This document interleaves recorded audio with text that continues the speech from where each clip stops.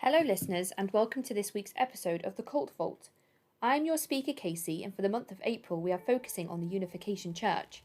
This has also been taken up by the I Got Out movement, an online hashtag and support movement for victims and survivors of cults and high control groups. You can get in touch now at hashtag I Got Out to share your story.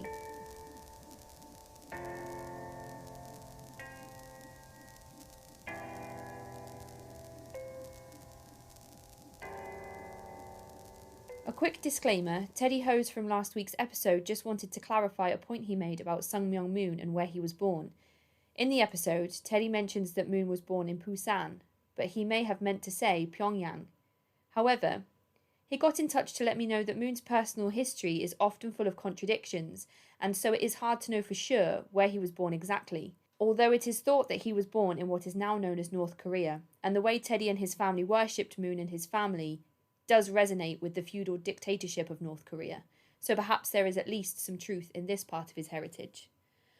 Also, before we get started, I just wanted to let you know that if you're waiting for this week's conspiracy episode, it will be a day late as I've had some personal things this week.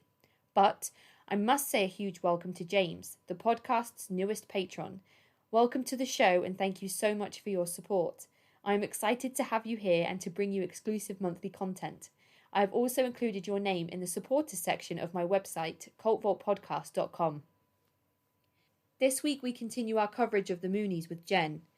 Jen is an artist. She uses fine art and photography to explore faith and coercive control. She shares her story of growing up in the Unification Church, her journey through and out of the church, and her eventual arrival at art to explore spiritual abuse and the way women are viewed in the church. Her work is truly moving, so I implore you to go and visit her website, www.jenkiaba.com.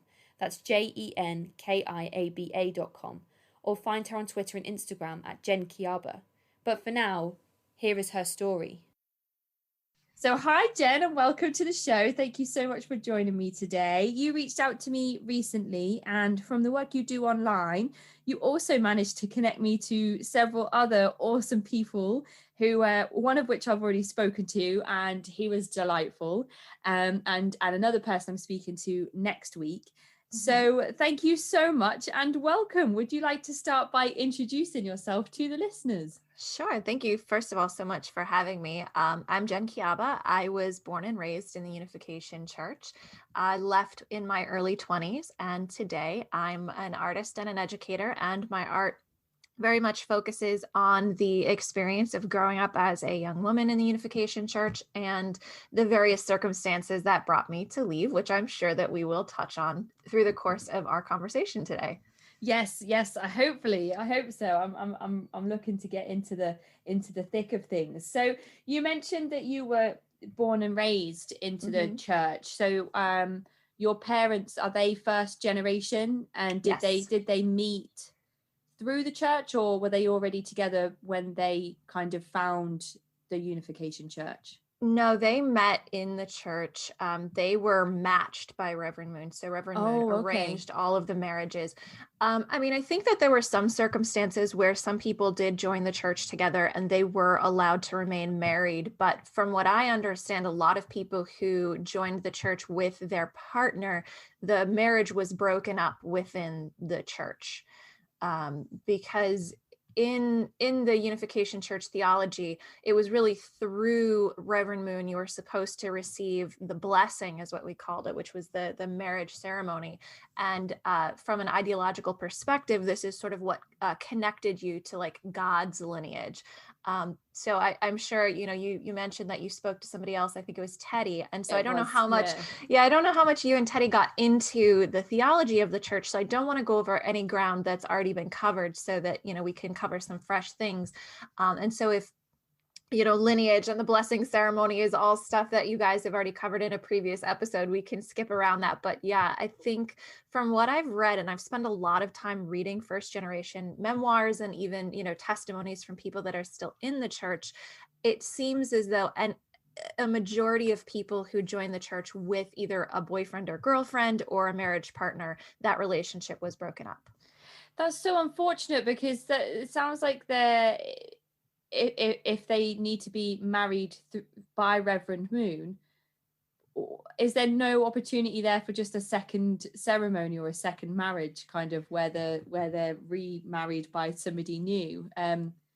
I know it obviously under the guise of cult-like methods of control, it is more beneficial for them to be separated and matched Correct. with new people. Correct. Yeah. But if the Unification Church are taking the kind of stance that they are not anyway cult-like, then it's unfortunate in that sense that there was no opportunity for those people to just be remarried under Moon. I think that there were circumstances where there were people who did get to be remarried through Moon. And so I certainly don't want to speak for everybody, because I do know of some circumstances where there was a couple that had children, they joined the church, they were blessed by Moon within that same union, and then they had second generation children after the blessing. And so there became this caste system between the children who were born before and then children who were born after. So children who were born before the parents joined the church would have been called Jacob's children or a Jacob's child. And then if you were born into the church, you were a blessed child. And so it was, those were very strange circumstances, I think, within those families. But again, I don't have any statistics on it, but I do think that that was probably pretty rare. Right. Yeah. And I wonder if it had anything to do with social status or financial contribution, or ability to financially contribute to the church that kind of maybe swayed those decisions. But that's just me speculating. So me and Teddy, we did cover quite a bit of sort of Sun Myung Moon himself and where he came from and how he grew up and how the church was founded. But would you like to briefly summarize the beliefs and practices that make the Unification Church what it is? Sure. I mean, I can share from my experience. I think that every family had a slightly different culture. You know, there wasn't a homogenous culture in the Unification Church. The more I share stories with other second generation, the more we're like, wait, you were taught X, Y, and Z. Well, I was taught A, B, C. And so that's always very funny. So from my perspective, what I was taught was that Reverend Moon had met Jesus while he was praying on a mountaintop on when he was 16 on Easter morning.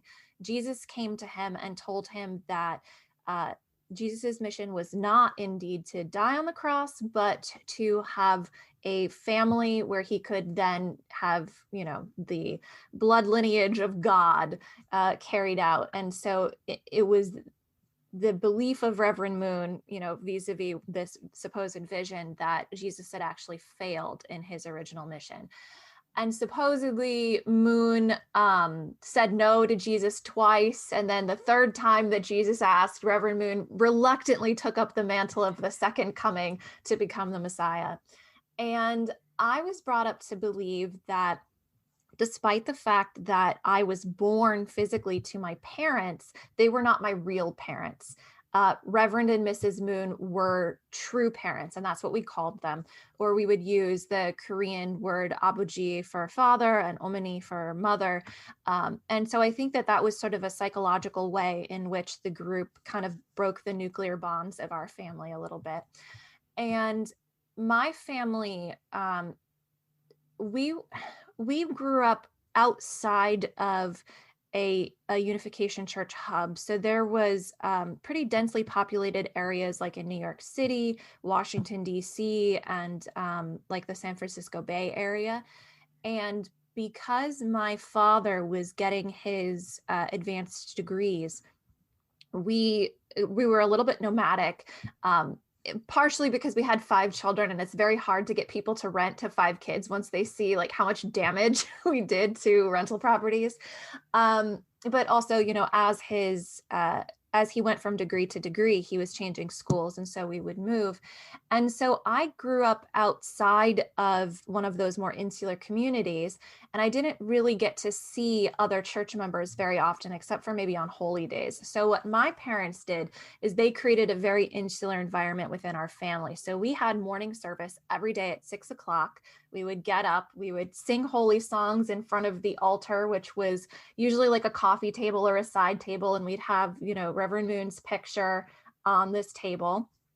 And morning service, we would usually have a prayer room. If we had a big enough house where there was an unoccupied room, it was an empty room with, a coffee table with like a white towel on it or something as our altar. And you would go to the entrance of the room, do a half bow to the true parent's picture. And then you would go and do a full bow in front of the altar. And then we would sing holy songs to prepare the spiritual atmosphere, because it was important to have a high spiritual atmosphere.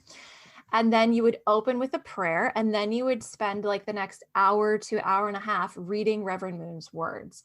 And eventually this ritual became called hunduke, but when I was growing up, it was just morning service. And I learned later that a lot of other families didn't do morning service every day. They would do something called pledge, which was the Sunday ritual, where you would wake up at 5 a.m. and basically kind of do the same thing. We just, we were really into it, I guess, to the point where if my father was away at a conference and my mother was making breakfast, at 8 years old, I was running morning service with my siblings. So we were hardcore. And in the church, second generation were called blessed children, as I mentioned before. And if, you were unfortunate enough to be brought into the church as a child, you were sort of a lower caste as a Jacob's child. But I didn't really learn about that until I was older. But growing up, I knew that sex was the thing that had destroyed all of human history, right? So in the church, they believed that Lucifer as an angel was jealous of Adam and Eve. And, the theology sort of states that like Lucifer didn't get any less love from God after Adam and Eve were created, but Adam and Eve got more love. And so Lucifer was jealous, and he left his proper position by seducing Eve, who was like 16 at the time, poor underaged girl, before she had reached the stage of perfection. And by having a spiritual sexual relationship with her, and I don't know how one does that, they committed the fall. And so that was sort of biblically the eating of the apple of the tree of knowledge of good and evil. And supposedly through this sexual relationship with Lucifer, who was supposed to be sort of her mentor, Eve comes to understand that she was actually supposed to be the wife of Adam. And so then she went and seduced Adam, trying to sort of regain her old position and restore what she had lost. But then that contributed to the fall between Adam and Eve. And so, there's very much that sort of misogynistic culture in the church that it was all the woman's fault. There was never really the blaming of the, however many thousands of year old angel who seduced the underaged woman.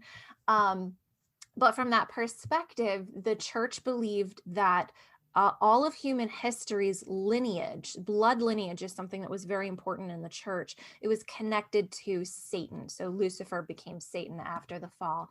And so it was only through going through these blessing ceremonies that were officiated by Reverend Moon that people could be engrafted onto God's lineage. And a lot of the divine principle, which is the theological text in the Unification Church, talks about the lineages that God was trying to prepare. And it's sort of this text that explores almost the chess game between God and Satan, where they're both trying to like make these moves to gain control of human history and essentially like human lineage.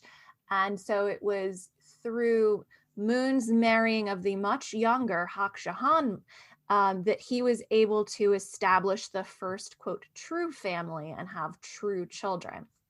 Now, something that I learned about many years later is that allegedly, and I'm sure you and Teddy have discussed this, in I think the 1950s, in the earlier days of the church, in order to engraft onto this lineage, Moon was actually practicing something called pigurun, which was womb cleansing. So he would have sex with his female followers.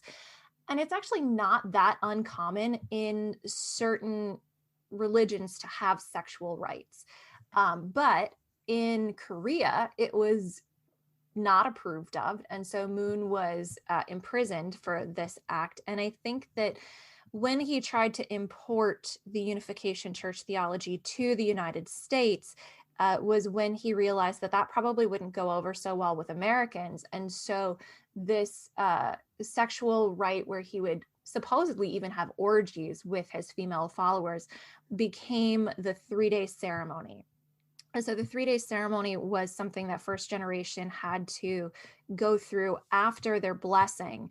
And it was a sexual rite, again, modeled off of the old group sex, where in front of an altar with Moon's picture and like 2 cushions for Moon and his wife to spiritually attend for 3 nights, the new husband and wife had to have sex. The woman would be on top the first night, representing the mother giving birth to Adam, and then like Eve the second night, and then the third night it's the man as the restored Adam is on top subjugating Eve. And so that's how these, I'm rolling my eyes inside too. That's how, you restored the fall. And additionally, allegedly, at the blessing ceremony, everybody was supposed to drink holy wine. And so the alleged part is that supposedly there was either blood and or Moon's sperm in the holy wine. Yeah, that's definitely something that Teddy mentioned. And I was absolutely horrified when he said it, because my question was, and I thought Teddy was going to reply saying, well, he believed that he was, sent from God to carry out his work.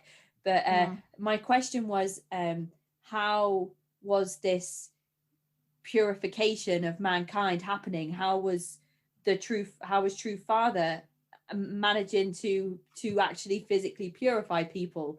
And I thought he was going to say, through blessing them through the Spirit, because he's he's been sent from, and then he said no, because he's been getting people to drink his semen and cleansing them that way. So I was very shocked when he said that, because I've done a bit of research into the Unification Church, and the blood. I've read a bit about the blood doctrine, and that was not something that I had heard.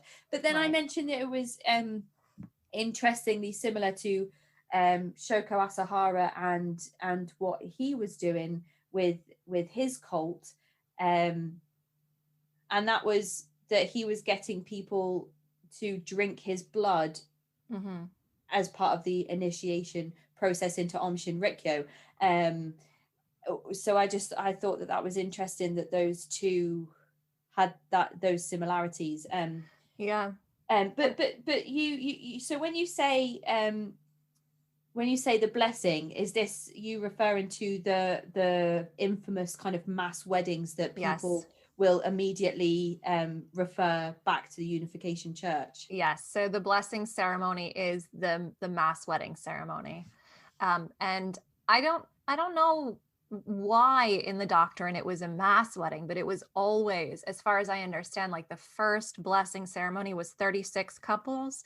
So it's always been more than one. And your parents were part of one of those blessing ceremonies? Yes. So my parents, they were matched, I believe, in 1979 in the New Yorker Hotel Ballroom, which I believe the Unification Church still owns the New Yorker Hotel, which is right across the street from Madison Square Garden. And then in 1982, they were blessed in Madison Square Garden in the mass wedding ceremony that at least most Americans associate with the Unification Church. Okay. So they were matched in the ballroom on that day. Did they go there expecting to be paired? I mean, is there sort of like this is the day you'll be paired with somebody? I think so. So I don't think that Moon did these matching ceremonies very regularly. I think that there were certain criteria that had to be met as well. And I think that my mother was considered to be too young in the church to have been matched. So she joined, I think in 74, 75. You were supposed to have been in the church for like 3+ years and have what were called spiritual children. So basically people that you had indoctrinated into the church. Right. You were supposed to have, I think, 3 of those. So whether or not my mom met the criteria, I'm unclear on. But again, from reading other first gen memoirs, I do know that in certain cases, and I think with this 1979 matching, they were short on sisters. They didn't have enough women attending. So in some cases, people were already prepared. They knew that this was happening, and their central figure, who was basically like their boss in the church, would be like, "You're going, you're not going." It would be dictated to them. So there were definitely some people that knew it was happening but didn't think that they were going, and then suddenly they'd be told on very short notice, "Nope, we need more sisters, you're going."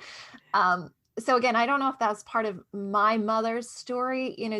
Both of my parents were always very reticent about a lot of their past. And I know that my parents didn't really want to be matched to each other. So it wasn't exactly like this, and this is the beautiful story of how we met kind of a thing. I think that that was one of those things that neither of them really wanted to talk about very much. Yeah, that was definitely going to be a question I was going to ask about whether, they actually found, not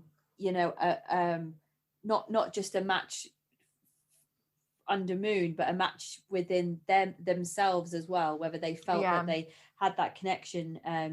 But it sounds as if, unfortunately, that's not the case.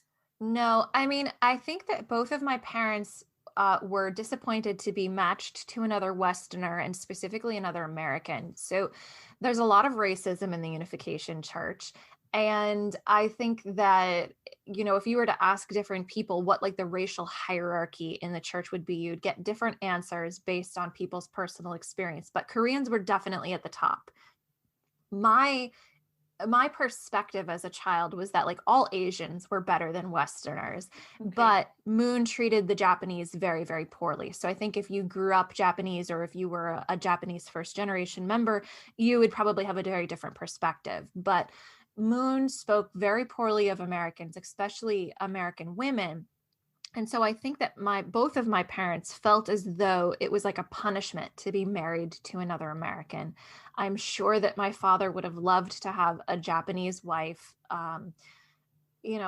Unfortunately, I think that a lot of the Western men in the church preferred Japanese women because they perceived them as being very like quiet and submissive, whereas American women had much stronger personalities by comparison. And so it was a very patriarchal, very misogynistic culture. And so Japanese women, I think, were prized as marriage partners. And then from my mother's perspective, I think that she wanted to be matched to a Korean because they were considered the chosen people. So to not have gotten a chosen person was probably seen as like a personal failing. Mm-hmm. But they went on to have 5 children together. So in the eyes of what they were supposed to accomplish for the church in terms of creating, pure children who were free of sin, they accomplished that 5 times over. Yeah. So you're one of 5. Are you at sort of the older end or the younger end? I'm the eldest of the 5. Okay. So when you are moving through your time in the church, I suppose you mentioned that you would be setting up the services in the morning if your parents were busy. So so you were kind of setting the example of being devout follower of the Unification Church as the eldest of the 5. Wow, that's a lot of responsibility for a young person, isn't it? Well, especially because I remember when I was very young, and again, this may be one of those things that like it differed from family to family, but I remember when I was very young, my mom telling me, when we were matched and blessed, many blessed couples thought that their blessed children would be perfect. We were told you would be perfect. And some of us thought that that meant our babies wouldn't even cry. And so in the church theology, there is very much this expectation of growing to perfection. There's even considered three stages of growth. There's the formation stage, which is like when you're a baby to 7. There's the growth stage, which is like your adolescence. And then there's the perfection stage or the completion stage. And technically by 21, you were supposed to be perfect. So, not only is there the pressure of being the oldest and setting the example, but also, by the way, we expect you to be perfect, whatever that is. So it's funny that you left in your early 20s. Did you kind of reach 21 and go, well, I'm still not perfect, so I'm done with this because no promise has been fulfilled? No, I left because at 20 years old, I had been coerced into an arranged marriage and blessing, and we can get into that later if you want. But for me, it was the breaking point in many, many years of questioning. And I think that it was sort of this time when whatever like inner fortitude and inner voice that I had been trying to suppress for many years as I questioned, like it came online screaming. And it was like, get out now. And so I couldn't get out of that particular event and found myself married to a stranger from another country. But in the length of a little less than 2 years, I was able to get a church divorce, and that was sort of it. Because to break the blessing, we had two basically cardinal sins in the church. One was to fall, which was sex before or outside marriage, the blessing ceremony, and then the other one was to break the blessing. So I didn't fall, but I did break the blessing, and so I was basically ousted at that point. Right, I mean, right. even when people knew I was struggling, they put up walls. There was definitely, there's no like specific shunning process. Like in the Jehovah's Witnesses, there is a very specific process to shun and disfellowship somebody. Within the Unification Church, there wasn't something like that. It was just a more unofficial, you were like stonewalled by everybody. I suppose in that sense, it would be more relieving to actually just have a process there where you're like, okay, I know this is going to happen. Yeah. And I know that that's what's expected of you as you continue to be devout members of the church. But the fact that there isn't that and it still happened is almost worse than those kind of policies, I say in inverted commas, being carried out. But you mentioned there that one of the cardinal sins was it was the fall. So it's okay for Moon to commit those acts outside of marriage, but not for anybody else. Right. Well, so in the church, the whole like sex rituals that were happening early on, that's something that most people won't admit to, or it's been sort of like, it's been hushed up at best. And then, in terms of the extramarital affairs that Moon has had, and then children outside of wedlock, the way that that's explained away is that, well, Father had providential reasons for everything that he did. So when everybody discovered that Moon had had a child out of wedlock and had foisted this child onto his right-hand man, Bohi Pak, to raise his child as Bohi Pak's own, people said, again, this was a providential affair. And people compared it to the story of Tamar in the Bible, where, I know you're shaking your head. You're like, no, that's not what it is. And anybody who's done any kind of biblical studies can point to why that story does not line up. But it was like, well, look, she tried to sleep with all of these people in order to like carry on the line that would eventually lead to Jesus. That was the reasoning. Not that, she actually had to have sex with somebody in order to like maintain safety as a married woman. Otherwise, there would be consequences. But yeah, it was completely twisted into an excuse for why Moon could do these things that we couldn't explain. And it was basically like, don't question. You don't understand. I don't know about that. That's very questionable in my eyes. But I suppose that when you are so committed to a cause, you've given years of your life, you've given yourself to a partner that you've been placed into an arranged marriage with. You've got children with that person. You've got responsibilities. Perhaps you've signed over your house or your car or your life savings or a significant amount of money or sentimental trinkets to the church for that type of scandal to come out. I mean, it would take so much at that point for somebody to say, well, no, I don't. I think you're just having affairs and coming up with scripture to basically justify your actions, which are the height of hypocrisy. Right. I think too, it's not just about the sunk cost. I think it's that people were groomed for so many years to excuse behaviors.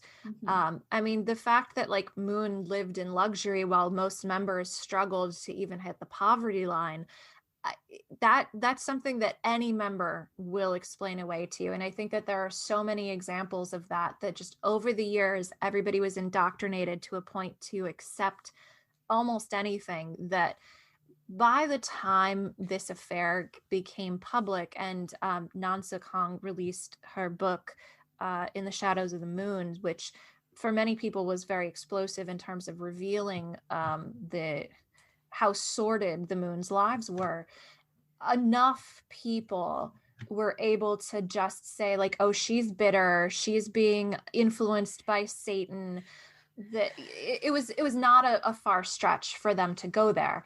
And so this whole, it was a providential affair isn't really a bridge too far.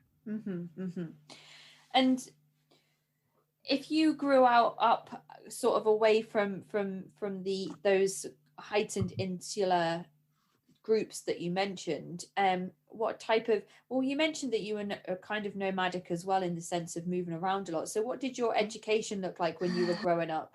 It was terrible. I went to the same school 2 years in a row, first and second grade, and then every year I was in a different school, sometimes multiple schools a year. I think in the end, I went to 11 schools in 12 years. I graduated as a junior because I was just like, I have to get out. I can't survive another year at a new school. And I tried homeschooling multiple times because it was so hard to adjust. So not only, is it really horrible to be the new kid every year and develop new friendships and everything like that, but, as a second generation growing up outside of the protection of a church community, I was taught that I had a secret identity as a blessed child. I couldn't tell anybody who I was, otherwise Satan would attack me. And I think the fear was really from my parents' perspective that we would be persecuted if people knew that we were Moonies, because my parents came of age in the church when kids were getting kidnapped and deprogrammed in the 70s and 80s before that became illegal. And so I think there was a big fear for them that we would be persecuted and potentially we would be taken away from our parents. Right. Unfortunately, my family was also quite abusive too. And so I think that it was a very well-founded fear that if somebody found out what our home life was like, CPS probably would have come in. So that's Child Protective Services in the United States. They probably would have come in and put us into foster care. But anyway, so I had a very hard time adjusting to all of this change. And so there were multiple times where I dropped out of school to homeschool, but my parents never got me a homeschool curriculum. So for a semester in 7th grade, a semester in 8th grade, and a semester in 10th grade, I was supposedly homeschooling, but basically they were like, here's some encyclopedias that you can read. And that was my education. Right. Okay. Yeah. I mean, that brings a whole new level of difficulty to your personal experience, because not only are you in a constant state of upheaval and like being unsettled, it sounds like the only constant in your life at that point then is, your morning services and your routine around everything to do with the church. So right. Where most young people are having experiences with people outside of the church and culture and views and other types of religions with people in public school who, talk about Christianity or Catholicism or Buddhism or whatever, sort of background they're coming, or even atheism, you're obviously, you're more focused on like, okay, new school, new teachers, new curriculum. Oh, I've just covered this in my last school, or oh, I was going to cover this in my school, but I never got a chance to do it. So now everyone's really far ahead of me and I'm in this class. And so that's just another added layer of stress, it sounds like. Yeah, I mean, it's interesting because I've known Teddy for many years, and I've heard him share his story where he grew up in the Irvington area, which was sort of the hotbed of persecution for members in the Unification Church because the Moons had their East Garden mansion there, and then a few miles away they had their Belvedere mansion and sort of training center. So from my understanding, a lot of Teddy's bandwidth was taken up in protecting his identity and not letting people know. So I think it's really interesting to hear that perspective, because I can completely relate to that, but then also layering in that upheaval too of like, okay, no one can know who I am. And I have like no like regular bonds with people. It's something that gave me a new perspective on my own upbringing, because I normalized everything as a child. I was like, oh, well, this is how it is because this is how my family is. And of course, yeah. I mean, what else are you supposed to do as a child? Right, exactly. Yeah. Also, something that's kind of interesting that you mentioned is the fact that you kind of created your own self-sealing system as a family. So I've spoken to a few people now. I spoke to one lady who spoke about having really, really devout Catholic parents, and the parents would take that Catholicism and they would use it to justify abusing the children. And they would say, any type of, like another person I've just spoken to as well, he would listen to a Pink Floyd album or a Nirvana album and be persecuted not by the church but by his mum, who took those ideals so literally and applied them within the family home, that it wasn't necessarily the church or the sect or the congregation that was imposing these cult-like methods of control, but it was actually the primary caregivers within the home that were taking those methods and applying them within the house. So it sounds almost like we've got one of those types of situations where you're not directly affected by the church itself because you're living away from the big hubs of activity where you attend their services, but your parents are taking parts of the religion and almost applying it to the house where you're experiencing those types of methods, but just under your roof.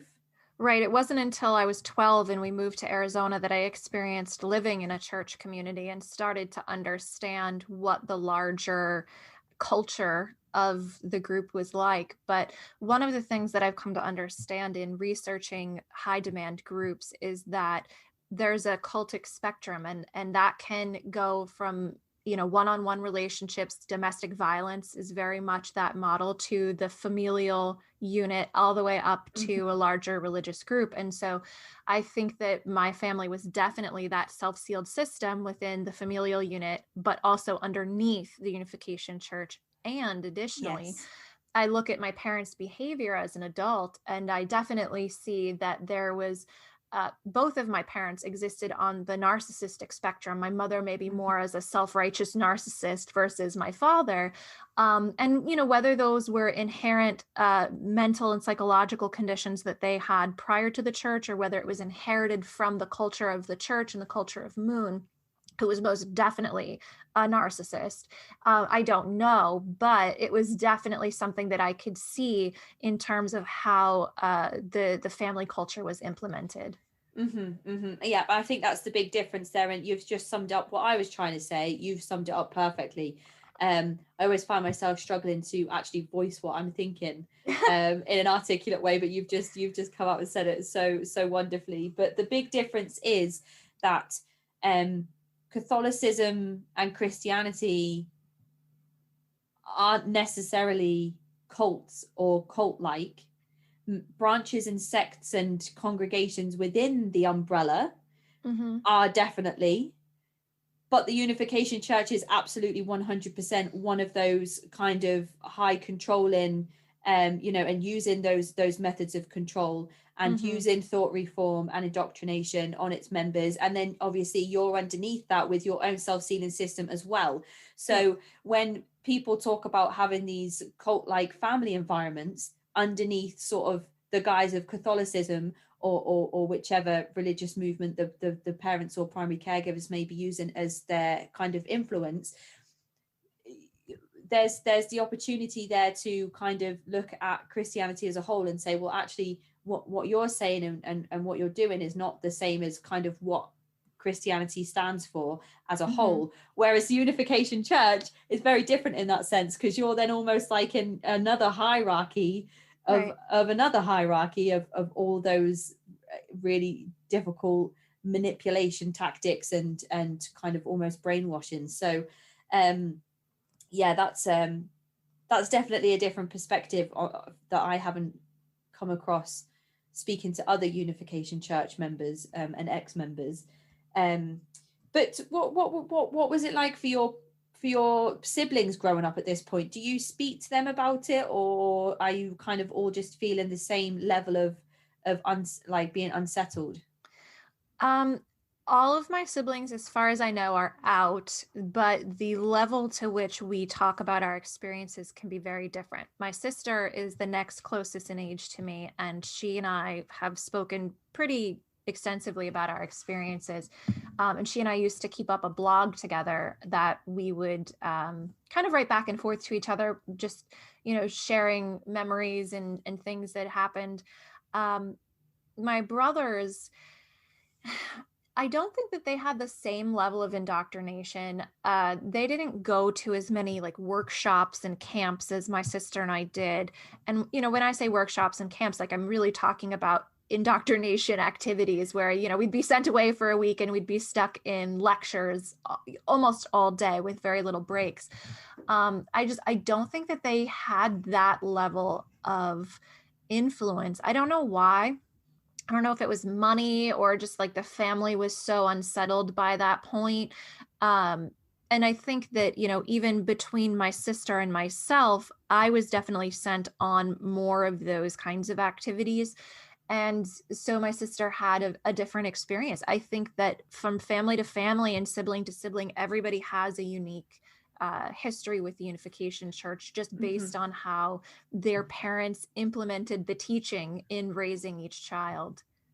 I think that's definitely something I was going to ask about, whether your siblings are still kind of within the movement or practicing members of the Unification Church. But so you've had this time of moving around everywhere and trying to get through school. And then you mentioned in your writing to me that when you turned 14, you accessed some leadership training. So I guess on your timeline in terms of growing up within the church, that's the next significant thing to speak about. Right.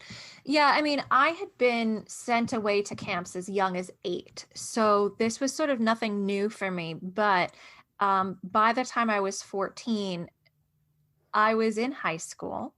And I think I was already questioning because we transplanted across the country, when I was 12. Not only was there culture shock for me moving from the East Coast to Arizona, but it was also culture shock to now be in not a large church community, but, something certainly larger than what I was used to, where the closest members were 2 hours away from us when we lived in Virginia.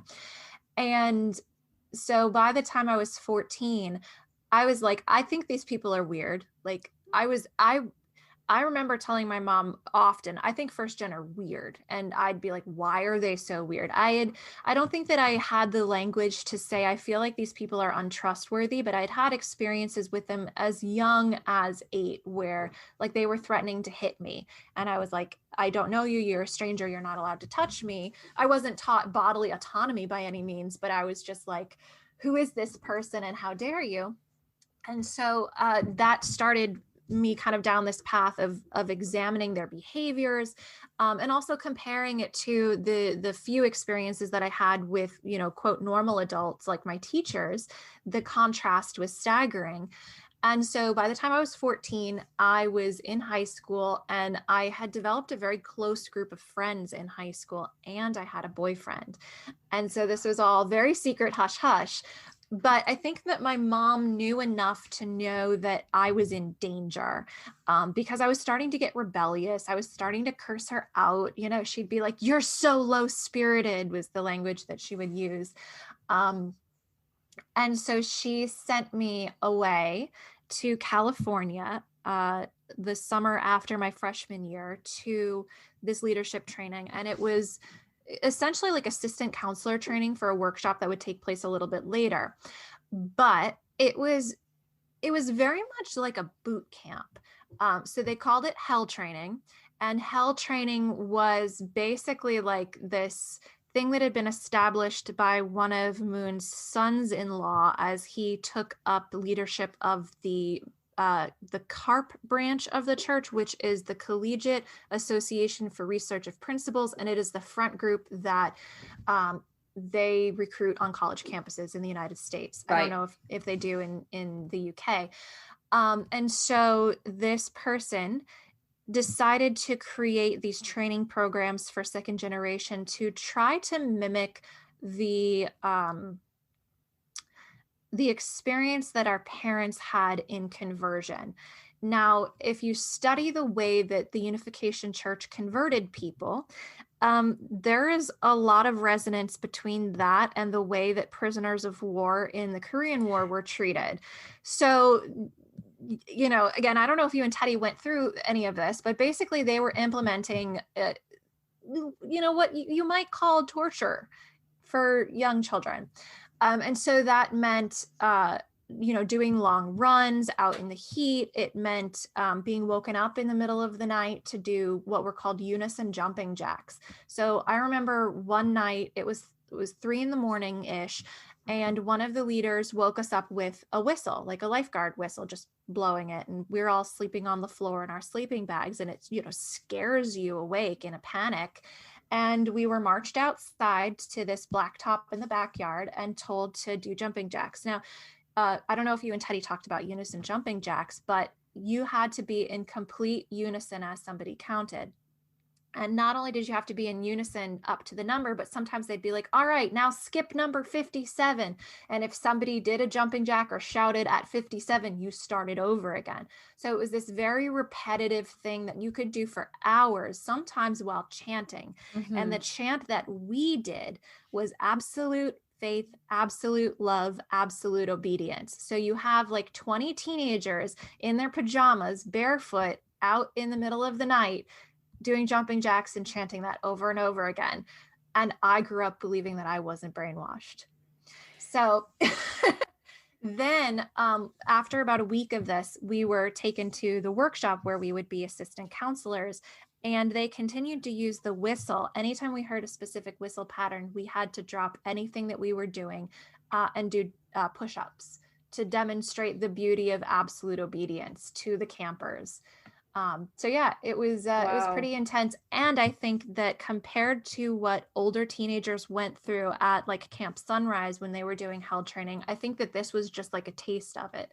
I think it was very minimal. It sounds almost like you've got the kind of Unification Church and the services that you do visit when you know, get the chance. Then you've got this system in place at home, and then you've attended this leadership training, which is like almost like indoctrination, like all on its own. Like right. somebody could, like, even if this wasn't Unification Church affiliated, it sounds like boot camp for indoctrination for anything. Mm-hmm. You could send somebody there and tell them that, you know, they're going to sell Avon for the rest of their life, you know, like, and then put them through this 4-week boot camp, and then at the end of it they would say, well, I'm going to sell Avon for the rest of my life. It sounds like extreme thought reform in a very short period of time. Right. And Teddy did mention it briefly, and also mentioned some of the experiences that he had with labor trafficking. And I know you mentioned that you've had experiences with that as well, but I think it was at a much younger age than what Teddy had spoken about. Yeah, I mean, so to your point about the indoctrination, again, I think a lot of the techniques that were used on us as children were used on our parents. So for example, anybody who was witnessed to in Berkeley probably went through Boonville, which was the camp that was outside of the Berkeley area. And I don't think that they went through something like Unity jumping jacks, but a lot of those same indoctrination techniques were used to break them. And for anybody that's interested, the book Moonwebs by Josh Freed is a fantastic exploration of that. And if anybody's interested in a different model, a UK writer named Maggie Brooks wrote a fictionalized account of her infiltrating the Unification Church. It's called Heavenly Deception. And I think both of them are fantastic in terms of understanding what happens in the indoctrination process. My earliest experience with techniques like that was when I was 8.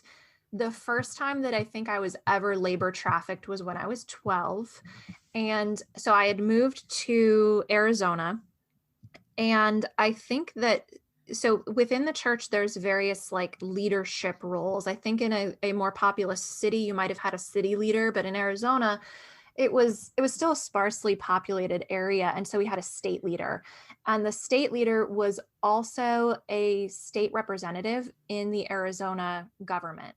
And so the first time, I think like the first week that we moved to Arizona, he had me and my sister, we were 12 and 10 respectively, and his 2 children canvassing his district for his reelection.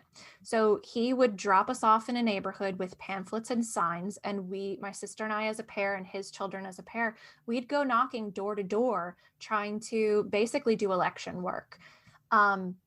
Now, it may not fall technically under labor trafficking in that we were not asking for money and there wasn't any money being funneled through, but I think that it would be considered inappropriate use of child labor to win an election for sure. And again, there was no adult supervising us. So we were being put into some dangerous areas, and this was summer in Arizona. So it gets to be 110 or more Fahrenheit. I don't know what that translates to into centigrade. I'm sorry, but really, really hot. So when you take these 2 East Coast kids from a very kind of balmy Virginia experience and put them out in the desert, I got heat stroke that first day. So I was nauseous. I had a headache. I was very dehydrated. And instead of somebody being like, oh, are you okay? Do you need water or medical care? I was told to stop caning out, which means like stop being negative, and that was a technique that was used a lot to keep each other in line, so it was the phrase refers to Cain who killed Abel. Right. So basically you're being told like you are being evil and you might kill somebody with this kind of attitude. Right. And so, I look at that as sort of my earliest experience, but the next week was July 4th, and the state leader and my mother set us roaming through a city park to sell light ropes to people that were sitting waiting to watch the fireworks. I don't know what happened with the money. We were told that, we were raising money to like do fun activities, like go to water parks and things. And, like on one hand, you might say like, oh, well, that's kind of like kids having a lemonade stand or something. But it wasn't initiated by us. We were told, here is your product. You are going to go out and fundraise and make money. And so, those were sort of the more minimal experiences. But then certainly when I was 17, I was part of STF, which was short for Special Task Force. And that was like the year-long mission where we were transported across the country in vans to raise money for the church. And Teddy spoke about the pressures of being part of an STF group, and like if you didn't make enough money, you'd sleep in the van that night instead of staying in the hotel or the hostel. I only stayed in a hotel 2 times. Like that was completely not the norm by the time that I was on STF, which I think was 2002. So Teddy's a little older than me.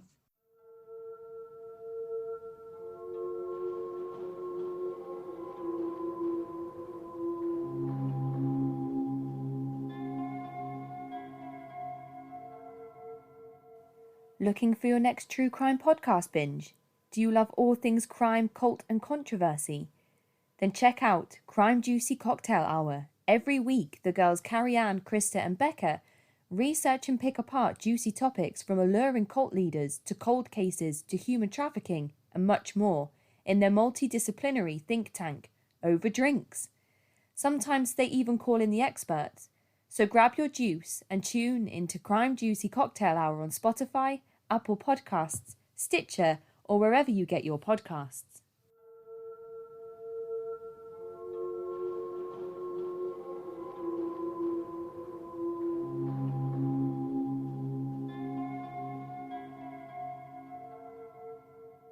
We lived in the vans. We were sleeping in parking lots most of the time. That was our norm.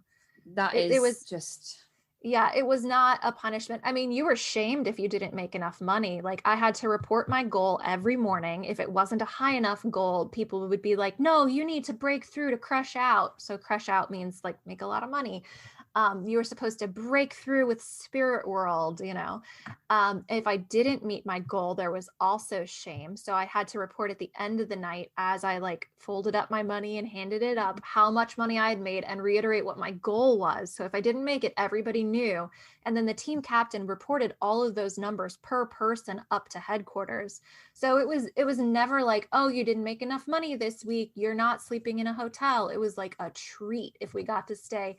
And the one time I remember that we stayed in a hotel is like a strong word, when it wasn't like a regional workshop, we stayed at a motel that was so dirty and so gross that I slept on my sleeping bag on top of the bed because I was so skeeved out.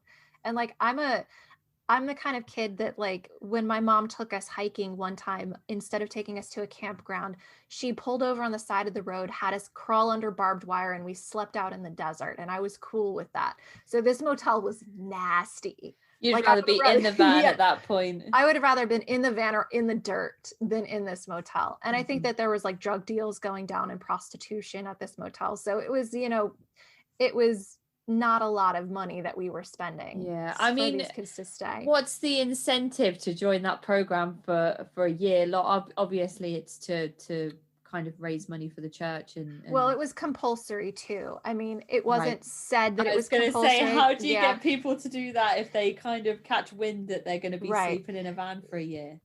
So there are 2 points that I want to make to that. One was that one of Reverend Moon's sons had taken leadership of the second generation at that point, and he established something called the 7-year course. And so that was 2 years of STF. So the first year was fundraising, and then the second year was supposed to be witnessing. And then you were supposed to go to the University of Bridgeport, which the Unification Church had like a 60% stake or something in, like they had financed a lot of it. So while Moon's children got to go to Harvard, we were supposed to go to like one of the worst universities in the United States. And then you were supposed to do like a year of mission work, which would have been like in another country. And so it was called the 7-year course. It was also called like the formula course. And basically, like if you wanted to be considered a second generation in good standing, you had to do and complete the 7-year course, which I did not. And there was a lot of shame associated with either not attending or failing to make it. Like if you got too sick or injured to continue fundraising. And so there was that piece of it. And then there was another point that I wanted to make, and I've lost my train of thought. It was around the incentive to, like, why would you want to do that for a year? And you said it was compulsory. It was compulsory. It'll come to me later. Oh, no, the other point was that we weren't supposed to tell people how extreme what we were doing was. So for example, one sister got sent home to deal with a medical situation, and you know, we called each other brother and sister. So she got home, and she was not only was she supposed to keep up a very, very strict schedule, restrict her sleep, not communicate with anybody on the internet, no phone calls, no TV, but she wasn't allowed to talk about what she was doing at church because it would, quote, scare the younger blessed children. So I don't know that any of us really understood what we were getting into. I'm sure that people talked, but I don't think anybody knew how extreme the situation was going to be. It was like considered top secret, you know, because people hadn't spiritually prepared. Like you could tell your parents about it because our parents went through something like that.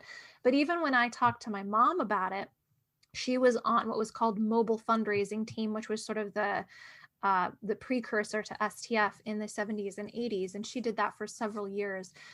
she was shocked that we were living in the vans because they had lived in centers when they were on MFT. So they'd go out in the van to do runs all day, but then they'd come home and sleep in like the barracks of the center because they had all these bunk beds in these rooms. And so even for my mother, who considered herself to be a fundamentalist Moonie, so like super hardcore, she thought that those were extreme conditions, but it still didn't deter her from having me go or anything like that. Yeah. And I wonder if, when you mentioned having to go and sell those light belts with your mum, Mm-hmm. whether she would have been under the same pressure as you in the STF, that you would, but you wouldn't have maybe realized at that point because you're younger, that there's the potential for her to be shamed if she doesn't make enough money with the types of things that she's trying to sell.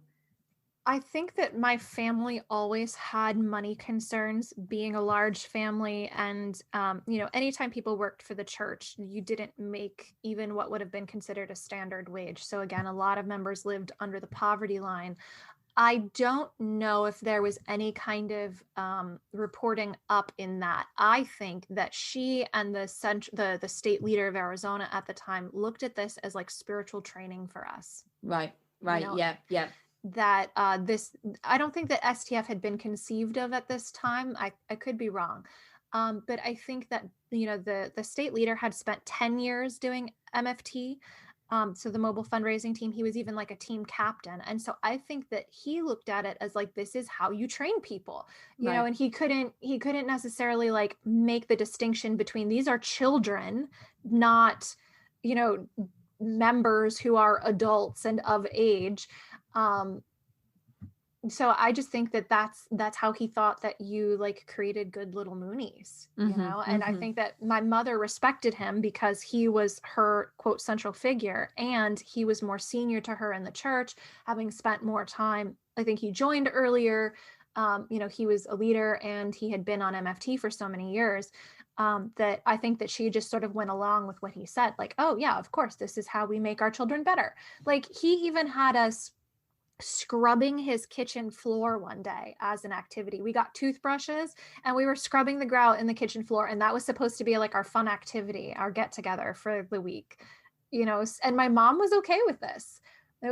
In her mind, there was nothing wrong with an adult having 4 children under the age of 13 spending the afternoon scrubbing his kitchen floor. This was our spiritual training, and it was okay. Every part of the spiritual training, every single aspect of it is just more and more and more thought reform. Every Absolutely. single piece of it, even down to scrubbing somebody's kitchen floor and you being told that this is a fun activity. Oh yeah. And when I tried to speak up about it, because I was like, I don't understand, why are we like not hanging out at the pool? Because we lived in a neighborhood where there was a community pool, and the other kids, the children of this leader, like shouted me down and were like, you're being so negative, you're always multiplying doubt, and then the father came in and he shamed me. He's like, well, do you know what true parents are doing? They're doing a 50-state speaking tour right now to save Christianity. Would you rather be doing that? And so it was like, any time that there was any kind of dissension, that was a technique to beat people down, was to just use shame to silence them. And it made the indoctrination that much more effective. Yeah, I don't know about what true parents were up to. They were probably trying to do damage control on one of their sons going off on a bender, a drug-fueled rage and yes. and whatnot. But you mentioned in your writing something about, and I don't know how to pronounce this correctly, but the Ansu ritual. Ansu, yeah. So I only did Ansu once, towards the end of my time in the Unification Church, but I can give you sort of a perspective on it. So when I was 11 or 12, this new providence was established. And so providence is like, initiative, but it has a spiritual meaning. And basically, I think it was a new money-making initiative by the Unification Church. Moon had come across this woman who claimed to be channeling the spirit of his wife's dead mother. So we called her Daimonim. I don't know what her real name was, but she was a spiritual medium. And for somebody who supposedly had direct access to spirit world and God, Moon used a lot of mediums and like fortune tellers and stuff. And this particular medium supposedly could see your ancestors and see how they were attacking you.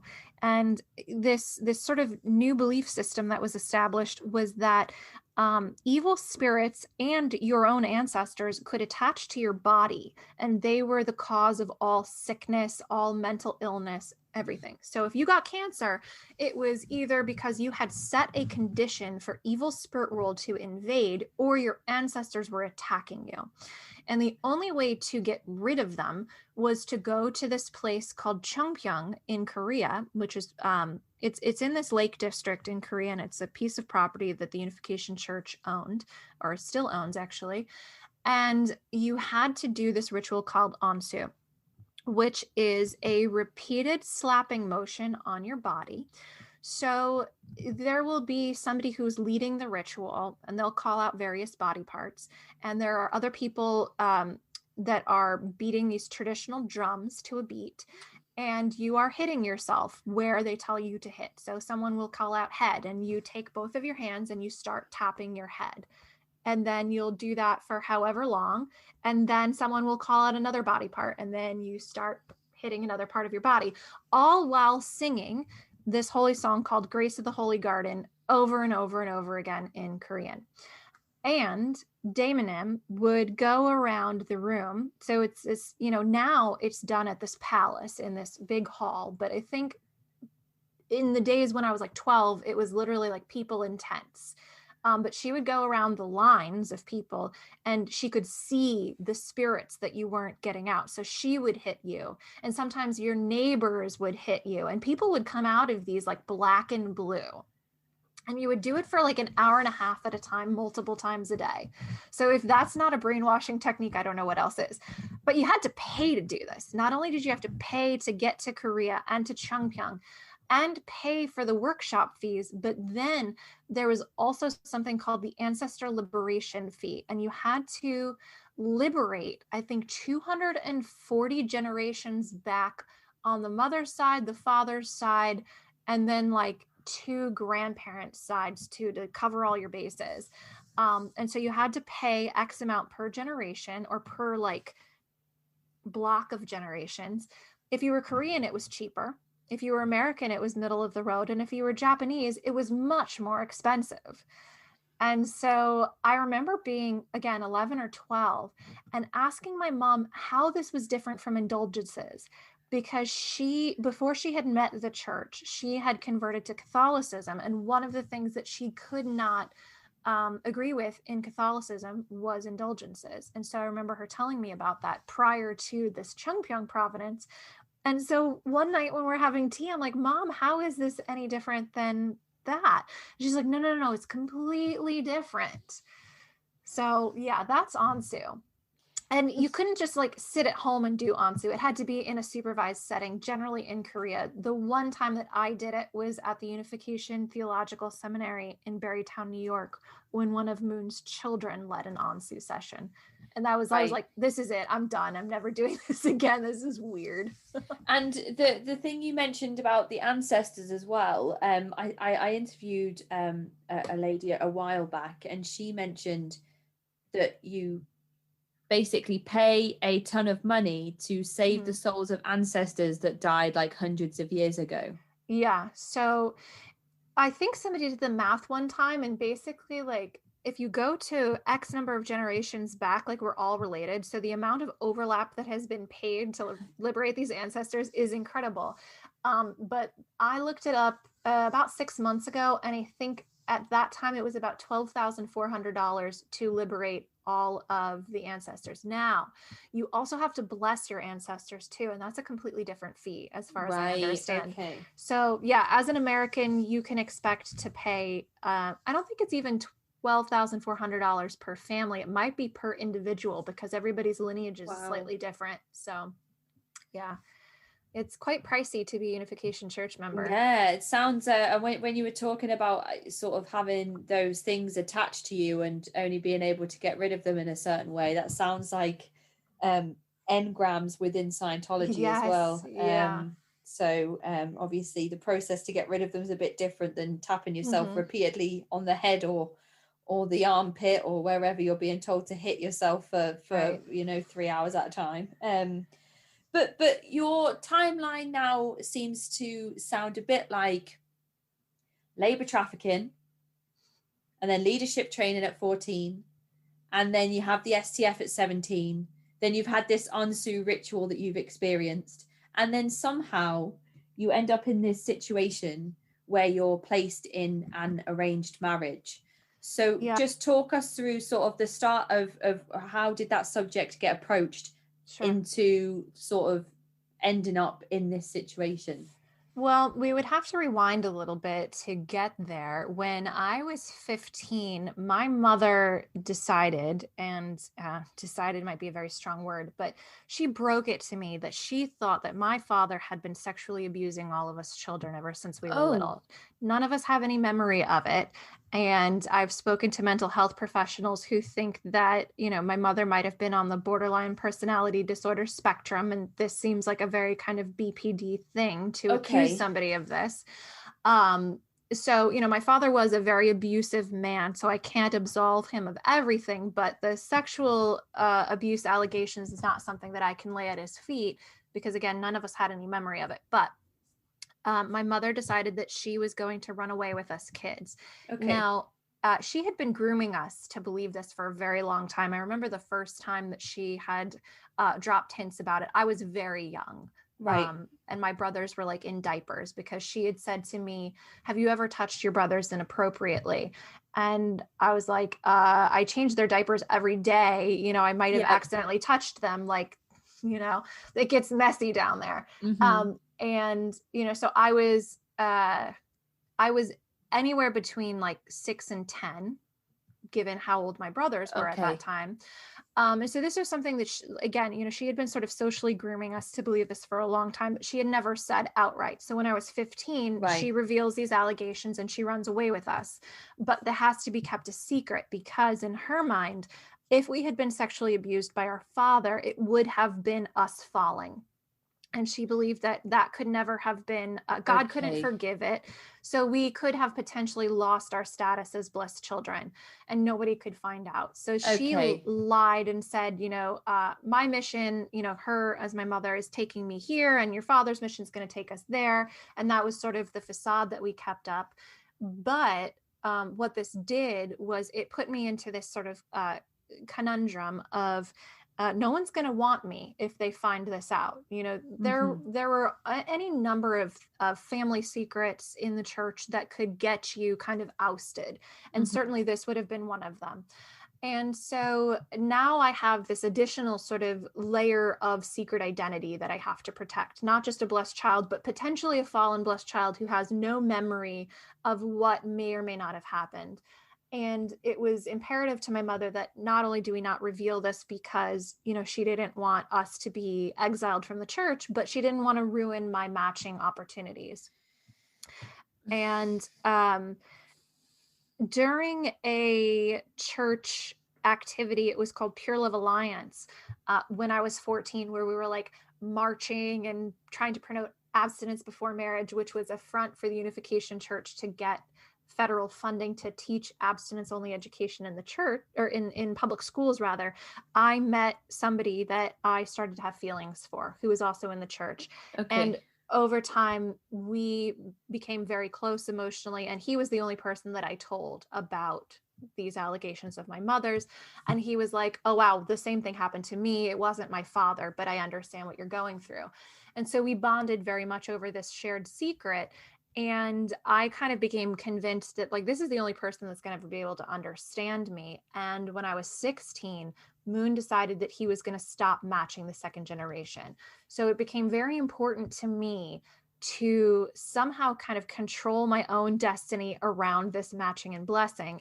I wasn't allowed to ask for it outright, but I started to try to like drop hints and introduce my mother to his mother and stuff like that, to the point where when I was 17, I sat my mother down and I said, listen, I want you to consider this person to be my match, because given our history, no one will accept me. And she still refused. And so around the time I was 18, this guy had been so emotionally abused by my mother, unfortunately, that he just abandoned me and got a girlfriend outside of the church, got her pregnant, like the whole, he was out of the picture. He fell. He really fell. He fell. Yeah. I didn't find out about it until he was actually taking the girl in for an abortion too. So I was sort of under the impression that we were having a fight, but that we would fix things. So it was pretty devastating for me. And so I think, from that point on, I became pretty malleable, because I'd been defying my mother for so long and trying to get this approved. It was sort of like her way of being like, see, look what it brings, when you stray. And so around the time that I was like 19, they did try to match me to somebody, and it was not a good fit. It did not. I basically, after I think 6 months, I was like, Mom, I cannot marry this guy. He's horrible. Like, this is just the worst. And I remember my mother being like, well, you can break the matching. It had never been anything official or anything like that. It was like this suggestion, and we were getting to know each other. So it was, to me, it was like, okay, this is one more thing against me. Like, I didn't think this was a matching, because usually there would be like an announcement to the community and photos sent out and like memos and stuff. And we had never gone through any of that. But to me, it was like one more layer of like, I am this untouchable. Nobody's going to want me now, because not only is there this deep secret, there was this emotional relationship with somebody that was illicit. Now there's potentially this broken matching. And so I was sort of fighting with this idea of leaving the church at 19. And I don't think that my mother knew necessarily, but she sensed enough. And I was also very bad at hiding my emotions from her. And in the church, you were supposed to like report your thoughts and your feelings to the central figure. So she was my mom. So I probably told her enough, that I shouldn't have.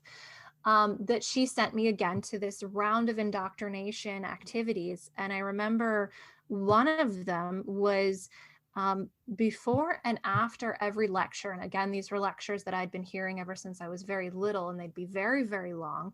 But before and after, the leader would play a slideshow of photos of Reverend Moon over and over and over again to this song.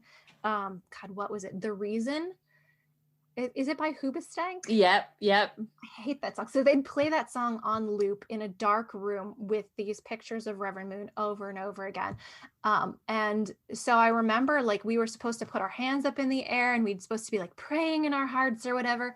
And by like the third day of that, I would just like tears pouring down my face, like something in me just totally broke. Yeah, especially the lyrics are like, I'm sorry that I hurt you. And it's like, what is the message there? Are you supposed to be like repenting for something? Yeah, absolutely. Because we were taught that anytime that we did anything that was like not on the straight and narrow, we were breaking God's already broken heart. God in the Unification Church is this very suffering God, and a very impotent God too. He couldn't do anything. But he was always brokenhearted. And also everything that we did that was bad hurt true parents. And there was a very blurred line, I think, between like God and Moon. Like Moon started to sort of deify himself in the end. But I don't think he was explicit about it at that point. But yeah, it was definitely like we were supposed to be repenting in our heart for everything that we had done to hurt God and true parents. And so I was like totally broken. And after that, I was sent to work for the second generation department in New York City. And it was...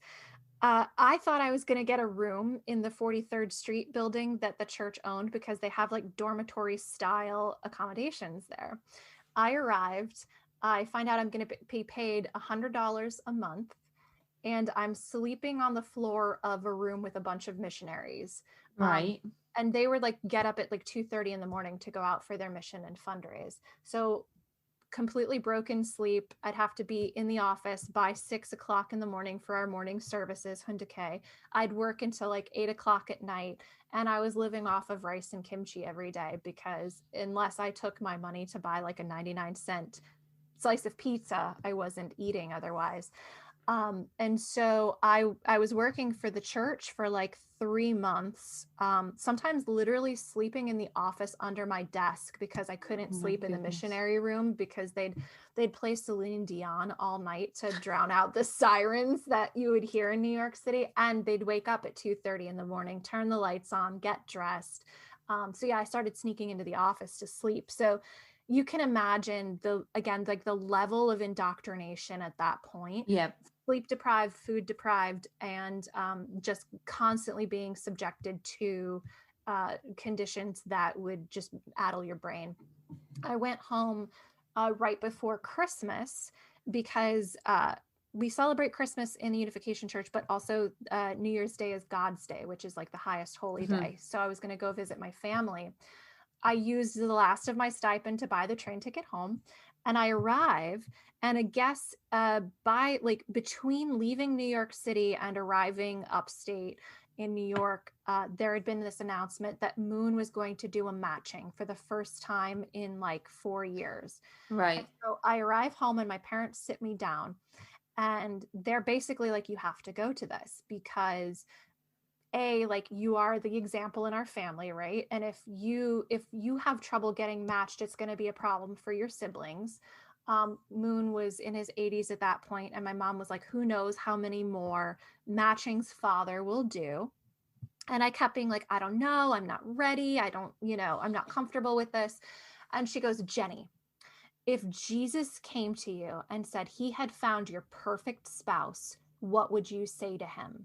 Now, but how can she say that to you after she's told you that your father sexually abused you your whole life, like growing up? Right, and so she's not married to the perfect man, is she? She's not. Right. Well, and she'd also gotten back together with him at that point too, and we weren't allowed to talk about what had happened anymore. It was sort of this thing that she wanted us to sweep under the rug. And so even when she said that, I was still like, I don't know. And she goes, how much more than Jesus is Father, to kind of like drive the point home. And it was really interesting, because I had been brought up to believe that, the person that was picked for you as your blessing partner was the perfect person for you.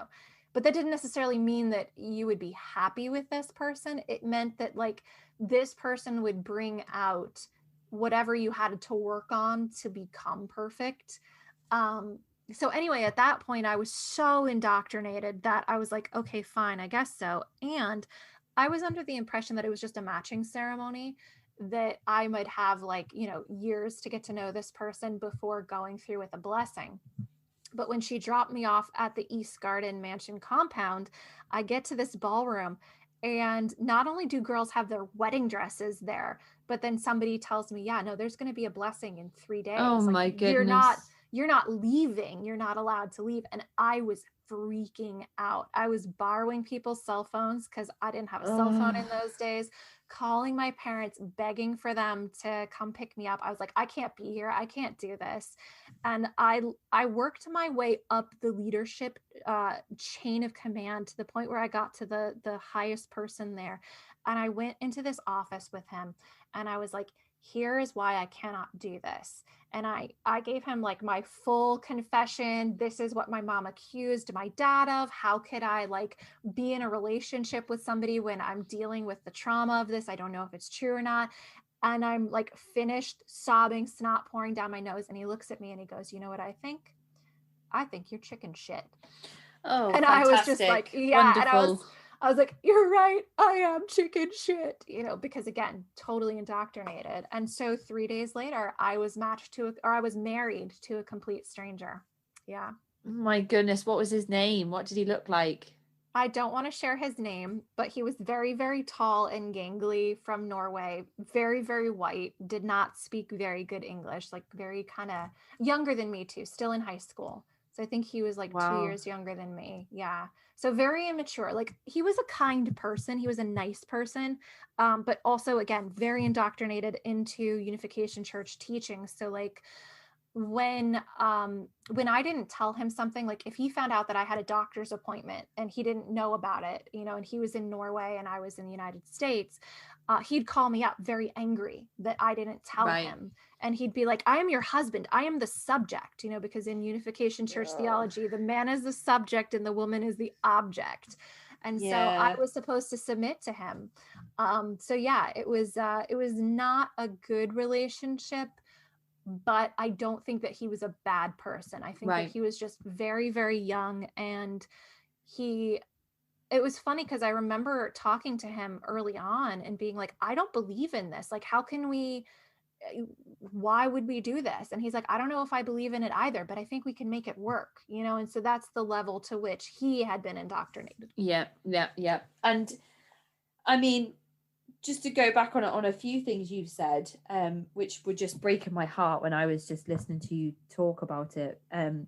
You're given this news at 15. Well, outright, you're given the news at 15 about your father, and then you have these years of being so confused and finding like a confidant, somebody that you can share this information with, and somebody that you feel like you finally have this connection with, who also happens to be inside the church. So all things seem to be looking up in terms of how your doubts are kind of still there, but they can take a back seat because you've found the potential way of being sort of happy or managing to stay within the church because of this person that you found.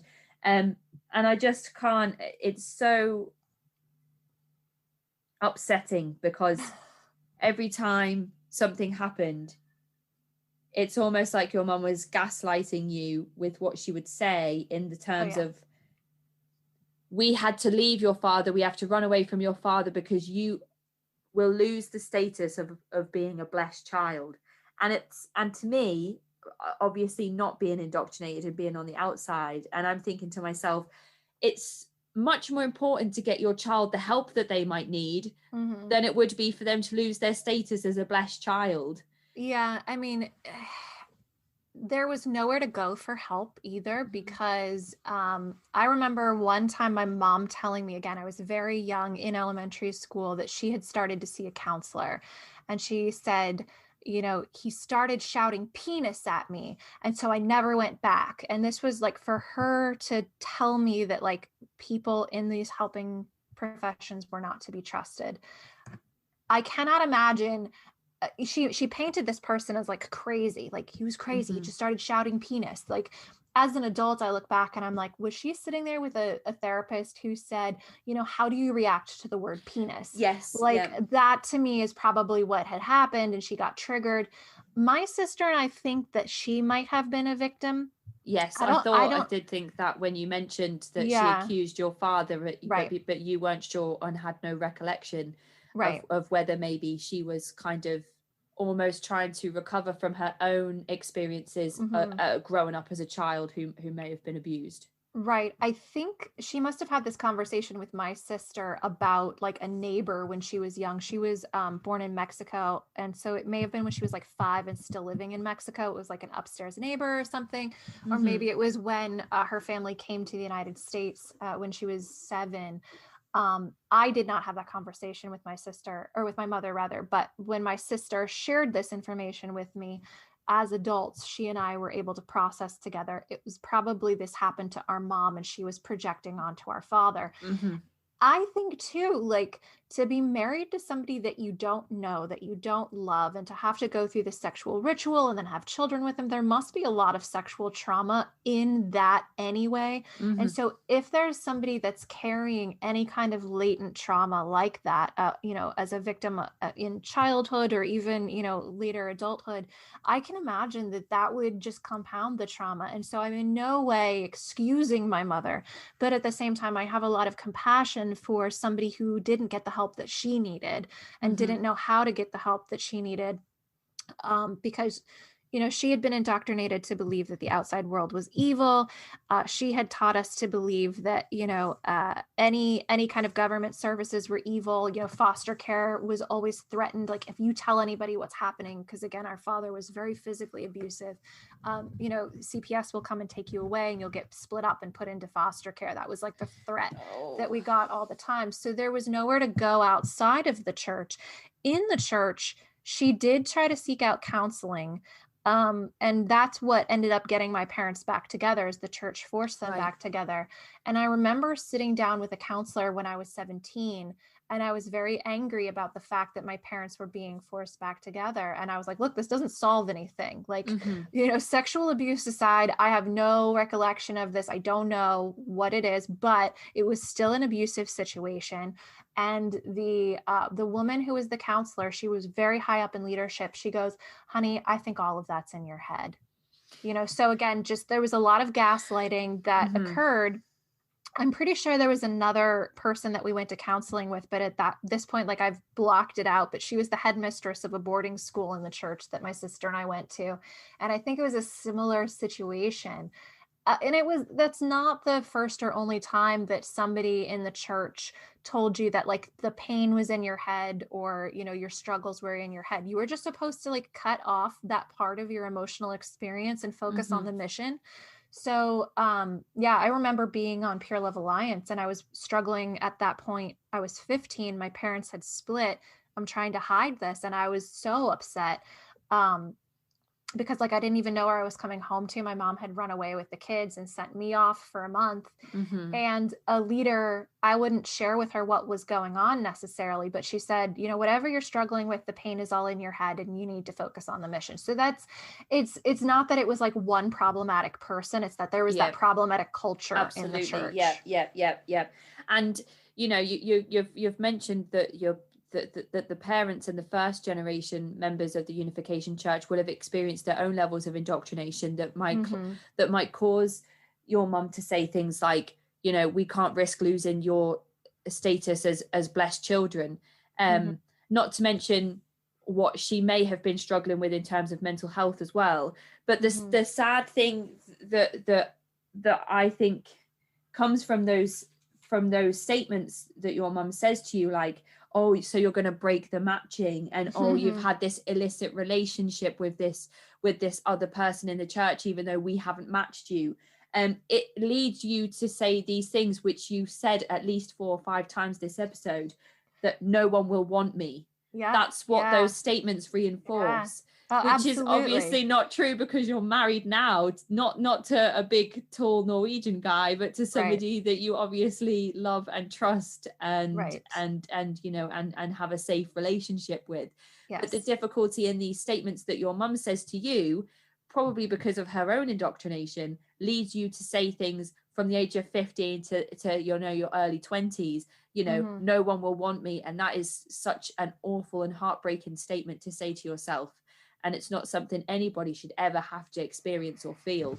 But I also think that it was again, you'd have to survey enough people to really get statistical evidence around this, but I don't think that was an uncommon experience. I think that it might have been put in different ways, but I think that that's something that a lot of us experienced, either from our parents or from church leadership.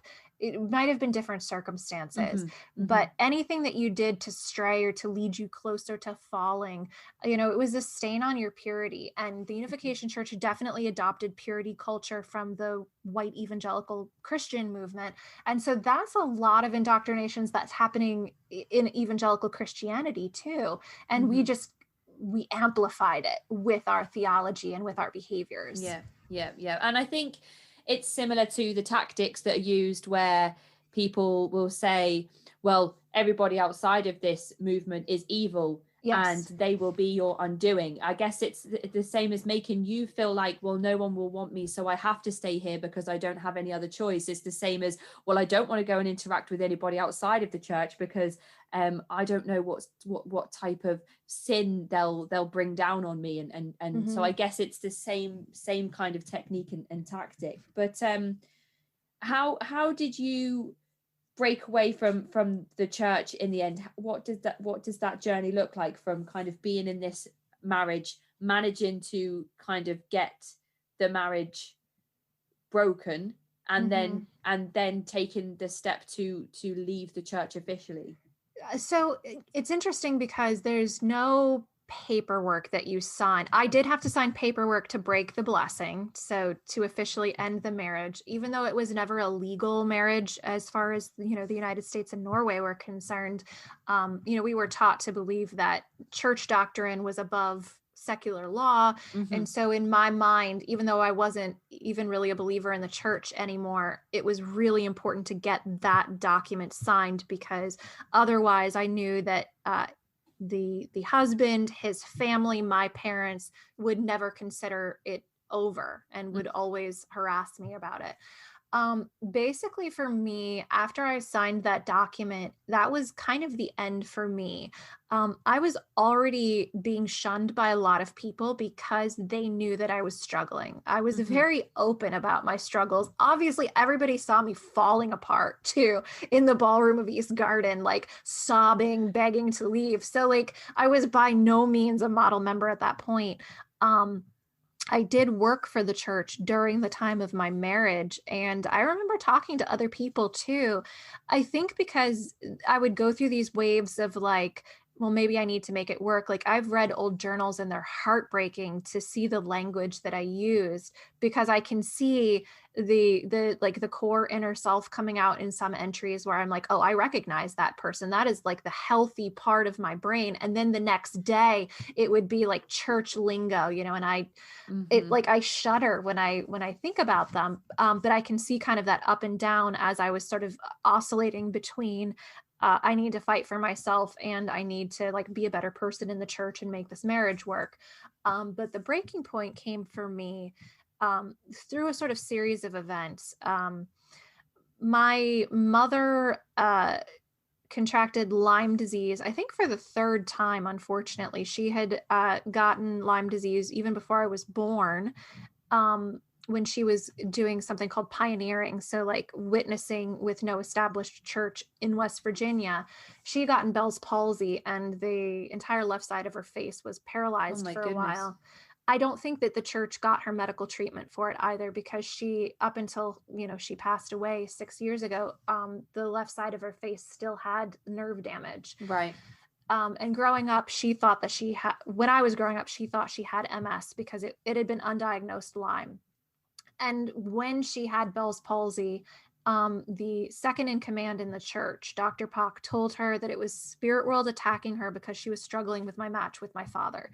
So, this is just another example of medical neglect and indoctrination. But she was diagnosed with Lyme disease, I think when I was 21.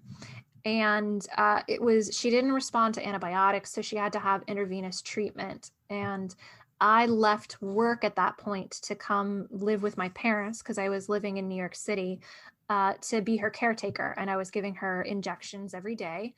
I don't know why my father wasn't doing it. I guess their relationship was just so broken at that point that, she would have preferred me as her caretaker. But this husband at the time wanted to come visit. And I was like, this is not a good time for me. My mother is ill. And I am the primary caretaker, not only of her, but of my siblings at this point, because my father was just, checked out. And he was very offended by this. And then I want to say, so that I think was in February of 2005. Or maybe it was 2006. I'm a little unclear on my timeline. But then that summer, so I think that was February 2006. And then in the summertime, my mother had recovered enough that she decided to leave for the summer to go work at a camp. She just abandoned the kids. And my father was going to be off in Korea at a conference. Right. And so it was basically like, Jen, you're going to have to take care of the kids for the summer. You're going to have to leave your job. And by the way, we're also moving house. And I was like, wait, what? Excuse me? So my sister and I had to pack up the entire house and move my parents and my siblings from one town to another. And this is another time where the husband emails and is like, I really want to come visit. We need to work on our relationship. And I'm like, dude, this is not a good time. Like, I cannot handle moving house, taking care of my siblings, dealing with all this. So come September, my mother has come home from her camp job where she was away for like 3 months. And she tells my sister that she's found a lump in her breast. Right. And so she gets the biopsy and it's cancer. Right. And so now I am caretaking for my mother as she goes through multiple surgeries and then chemo and then radiation. And the husband emails again and says, I want to come visit. You cannot say no to me this time. And I'm like, she's got cancer. I can't. And he wouldn't take no for an answer. He bought a ticket and showed up in the United States. And so the day before my 22nd birthday, I drove him to the Unification Theological Seminary. I demanded an audience with the head of the second generation department for Europe, who happened to be in town for a workshop. And I was like, here's the deal. This is what's happening. Get me the paperwork. I'm done. I mean, like, I was in tears, you know, it was you've got so much to deal with at this point. You've got so much to deal with. Right. And so that for me was the end, even though like he continued to call me and be like, are we over? Are we working on this? I'm like, we signed paperwork. We're done. But I think so through the winter then of 2007, I was still caretaking for my mother. My uncle from Mexico did come up and help out as well. And so what that did for me was it allowed me to, unfortunately, through her illness, like my mother was less of a pervasive force in my life, you know, and my uncle wasn't in the church. And so his presence in the house kind of created this sort of interesting buffer for our churchiness. We were never very close. You know, we were always taught that our relatives outside the church were of Satan. So I didn't know him that well, couldn't confide in him, but I started taking classes at the local community college. And then once I had gotten in enough courses, I decided I was going to transfer to the state university nearby. And by the time my mom was done with treatment, I moved out to go to college. Right. And so, yeah, I mean, I think had she not been sick, it would have been a much longer process for me. Mm-hmm. And, you know, certainly there was a lot of threats. There was a lot of physical abuse from both my parents around it. But unfortunately, through her illness, it did give me that mental and emotional space to not be so abused and dominated by her. I mean, like, I made the choice, even like I had tried to break this marriage multiple times prior to her illnesses, and the guy he never accepted it. So it was really only when he showed up that I was able to get him in a room and sign the paperwork. So whether or not she had been ill, I would have still made the same choices that I made. Yeah. But I was able to drift from the church because my mother wasn't trying to control everything in my life at that point. Mm-hmm, mm-hmm. So you just had, and it's such a familiar story that I know all of the listeners will be like, yes, we have heard this. You just needed that small break, that small amount of time to think for yourself, to, you know, to get a good night's sleep, get a good meal, you know, have the responsibility lifted off of you when your uncle comes to visit, which is funny because, you know, he's of Satan, but when it comes to him coming into the house to help, then obviously that's okay. Yeah, I mean, honestly, it's really heartbreaking, the amount of support that financially that both my parents gave to keep a roof over my family's head over the years, and then the support that my uncle gave to my mother. Like, to me, it's like none of them were religious, but if you think about like what Christianity talks about in terms of caring for people, like they were so of that mindset of like caring for their family. It's such a dichotomy to, you know, the way that the church functioned in terms of like what family was. And I didn't get a lot of contact with my relatives because of the way that the church functioned, but to me, they were a better model for the ideal family in that sense. And obviously, like, we all have problems, but my uncle, I think he it might have been like 6 months or something like that. He left his wife in Mexico to come care for his sister for at least 3 months, maybe 6. I don't remember at this point because it was, 15 years ago. But yeah, I mean, who does that? Well, like that's really the thing, a really good person. Yeah. I mean, that's how it should be with family and friends. It's unconditional. Yes. Yeah. His love and support doesn't come with, well, you need to stop telling me I'm a worldly person, or I'm of Satan, or I'm sinful, and then I'll come and help. It that's not that's not the stance that he has. Right. Whereas if it would have been sort of the other way around, if it would have been maybe Unification Church members with their responsibilities and their commitment to the church and services and activities that happen sort of morning, noon and night, it might not have been the same if somebody said outside of the church, listen, I really need your help. Oh yeah. Because then it might have been conditional, well, I can come and help you, but only, if XYZ. So right. It's really wholesome that you've painted that picture of I recently spoke to an ex-Jehovah's Witness who said that he did some backpacking and traveling, and he went to meet with other congregations and other kingdom halls around the different parts of the world he visited, and he just found each congregation to be so unwelcoming or judgy or conditional, but then all the people outside of the church of whichever religion or walk of life they came from, that he met in the hostels he stayed in, and the airports that he traveled to, he just said that they were the most incredible people he'd ever met. And that is really what opened his eyes, because the friendships that he made with those people were unconditional. It didn't matter. Right. They didn't need to be, in the church to be able to have a good relationship or a trusting relationship. So that was really nice. And you've kind of painted that same picture there with your uncle and him coming over to help. Yeah, I mean, 2 things that I thought of as you were talking about that. One is that as somebody that didn't grow up in a tight church community, when I did try to integrate into church communities later, I did find that same thing, that they were very unwelcoming. Like when I was working for the second generation department, I would go to young adult services in Westchester, New York, and in northern New Jersey. And I remember after one of the services, a bunch of us went to IHOP, and this guy was sitting across from me, and he just looks at me and goes, so when are you going back to where you came from? Like, it was just such an unwelcoming thing. And I realized like, oh, I am other.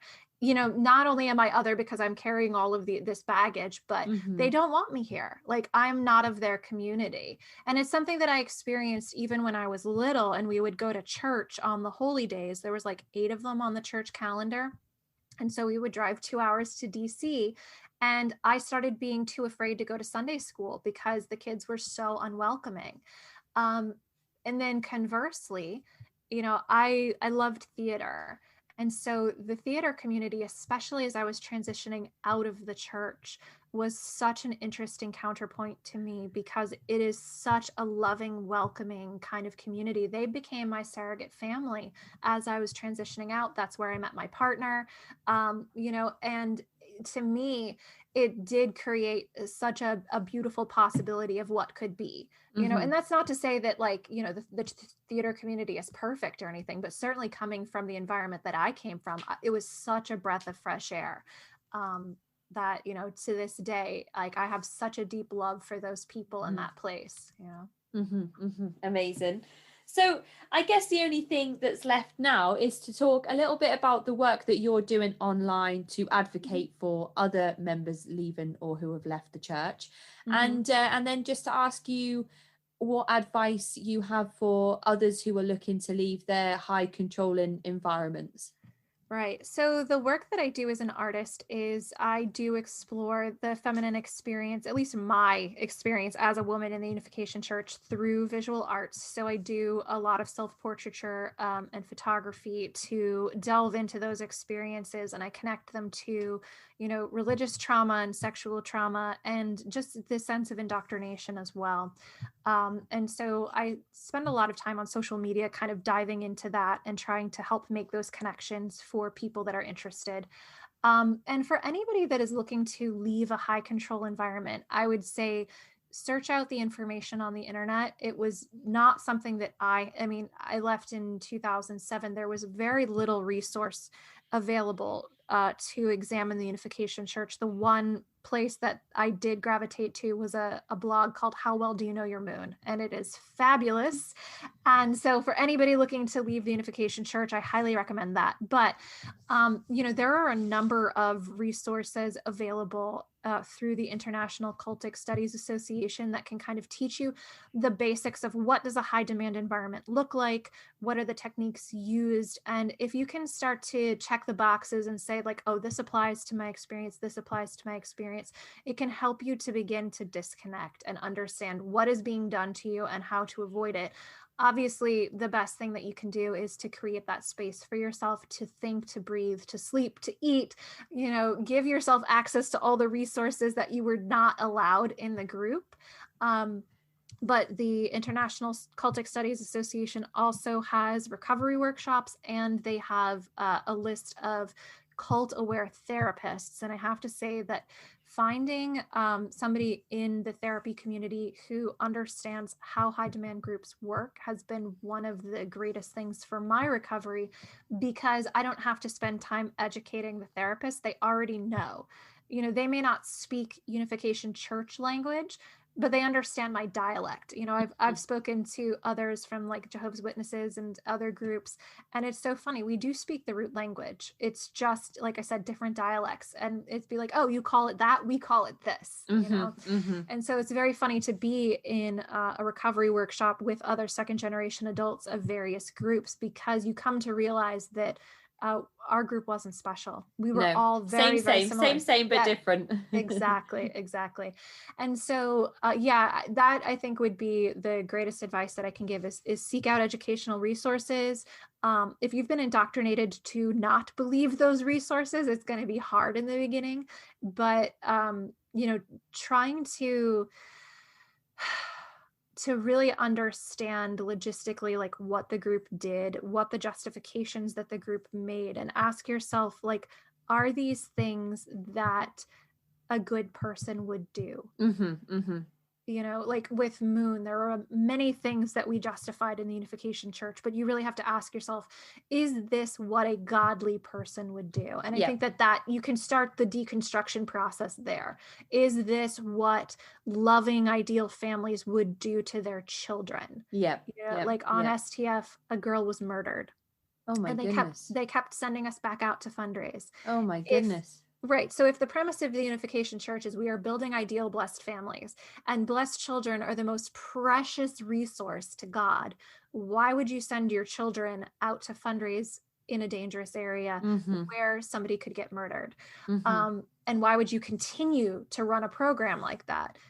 The Unification Church was running the offshoot of STF called Global Peace Academy, GPA.